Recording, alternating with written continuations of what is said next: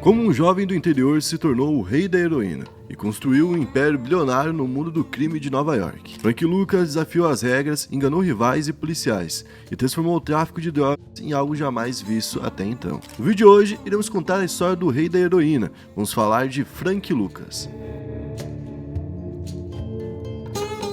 Salve, salve, coelhinhos e coelhinhas, mais uma vez aqui no Espalhável. Hoje a gente vai falar sobre coisa muito boa, né? A gente vai falar de heroína. Mentira, né? Heroína que é um negócio que falam que é muito bom. Tem a galera que fala que é como se tivesse 80, 90 orgasmos ao mesmo tempo, né? Que loucura, velho. Mas que tem um custo muito forte. É. Tem gente que usou tanto que ficou cego. Tem gente que usou tanto que não ficou, que foi, né? É tipo um efeito colateral que você não sabe o que pode ser. E normalmente é horrível. Né? Nunca é um negócio tipo assim, não, tu vai ficar de boa, vai ficar bobo. Não é.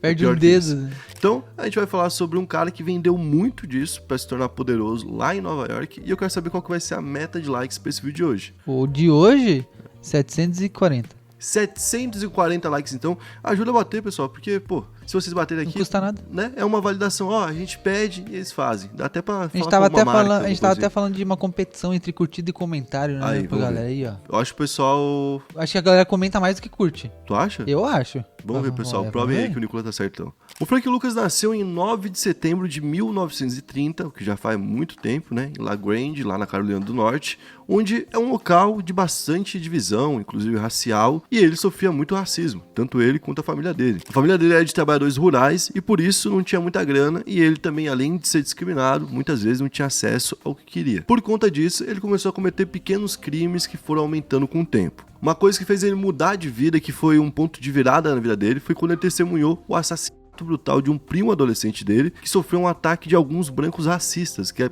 atacaram ele só por conta da cor. Então já traumatizou ele ali, né? Que traumatizou. Ele olhou para aquilo e falou, bom, talvez se eu não morasse aqui, talvez se eu tivesse mais dinheiro, se meu primo não tivesse aí na rua... Começou a ver ao redor, tipo, começou a ver a realidade dele, tipo... Eu falei, se eu tivesse tido tempo de mudar isso, né, talvez meu primo tivesse por aqui.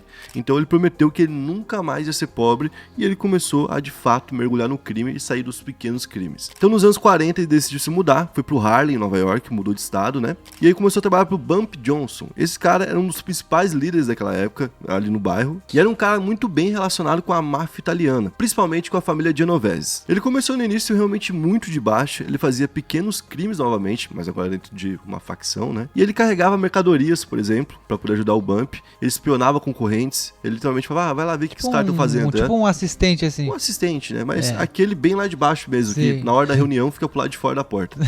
E depois ele foi evoluindo até que ele virou um motorista.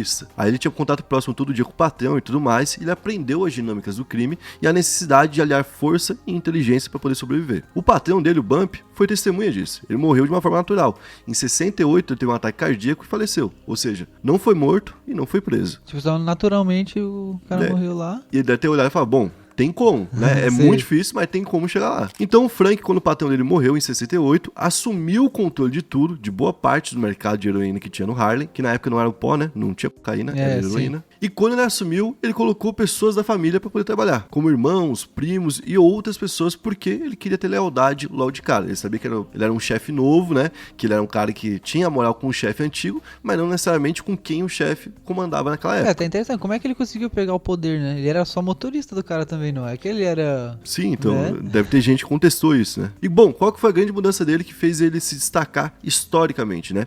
Ele pulou o serviço italiano, se é que a gente pode chamar assim, né? Ele pulou a ponte ali que a Itália fazia com o mercado asiático. Então a máfia italiana, a família Genovese, ia lá, né, pro sudeste asiático, que é lá esses locais, pegava o cultivo do ópio, no que é chamado de Triângulo Dourado, e trazia para Nova York, fazia essa ponte. Ele começou a fazer isso diretamente ele foi pra Ásia, ele fechou essa parceria e obviamente que ele arrumou muitos problemas com os italianos. Então basicamente ele virou a transportadora também. Isso, né? E era uma época que não tinha tantos voos quanto hoje, então era mais difícil também fazer o translado e tal. E pra poder fazer isso, ele teve a ajuda de um cara que era o Tio Ike. E esse cara se chamava Leslie Atkinson, que tem um nome bem difícil, né? Eu mesmo não consigo falar direito. Por isso que tem apelido, né? Que é o Tio Ike, né? O Tio Ike, então, era um cara de dentro ali do exército, que era um militar, que saiu do exército, mas tinha o esquemão ainda. Ele conseguia colocar, então, essa droga lá no Vietnã, dentro dos caixões que eram colocados corpos dos soldados que tinham morrido na guerra e que eram trazidos para os Estados Unidos. Os caras não iam abrir pra não violar o Óbvio, caixão. Tinha um respeito maior e tudo mais, toda aquela situação, então é um negócio inviolável e ninguém ia tocar. Um outro detalhe importante é que a heroína dele era realmente muito pura, até parecido um pouco o que acontece em Breaking Bad. Não sei se eles tiveram algum tipo de inspiração ali no Frank Lucas para poder fazer a história, né? E a heroína dele era chamada de Blue Magic, porque ela também tinha uma cor azul e era realmente muito pura. Por isso do Breaking Bad. Pois é, né? Ela também é azul.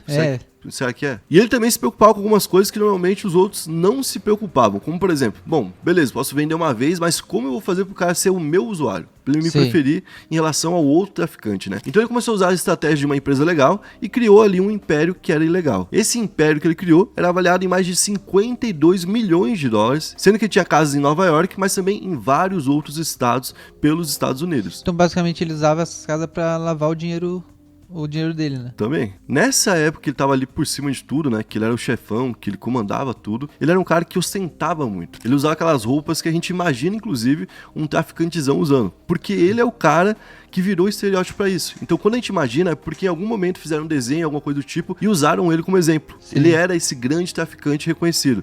Ele usava roupas de pelo. Aquele sobretudo, né? Sobretudo de pele, de um animal que não pode, de um animal que tá morrendo, tá? Mico-leão dourado. Ele tinha lá um sobretudo enorme, só de mico-leão dourado, tá? Uns negócios nem é tão legal assim, né? E ele chamou tanta atenção que uma vez ele acabou indo numa luta de boxe, que era um evento que tava passando inclusive na TV, do Muhammad Ali, né? Pô, então tava todo mundo vendo, lá em 71. E ele tava vestindo um casaco de pele de chinchila, certo? Meu Deus, cara. Junto com um chapéu que também era de pele de chinchila e que custava 125 mil dólares naquela época. Então deve ter o quê? Umas 10 chinchilas pra fazer o casaco dele. Acho que mais, mano. Pô, caraca, mano. Acho que mais. Ele chamou muita atenção, passou a ser investigado pela polícia então, que ficou nessa investigação por um bom tempo, mas que partiu daí, foi desse dia, por conta desse casaco de pele. E aí o Frank acabou sendo preso em 1975, 4 anos depois, e foi condenado a 70 anos de prisão. Acabou. Algo que ele não cumpriu, obviamente, né? Porque deu um jeito. E para reduzir a pena dele, o que ele fez? Colaborou com o governo e dedurou outros criminosos,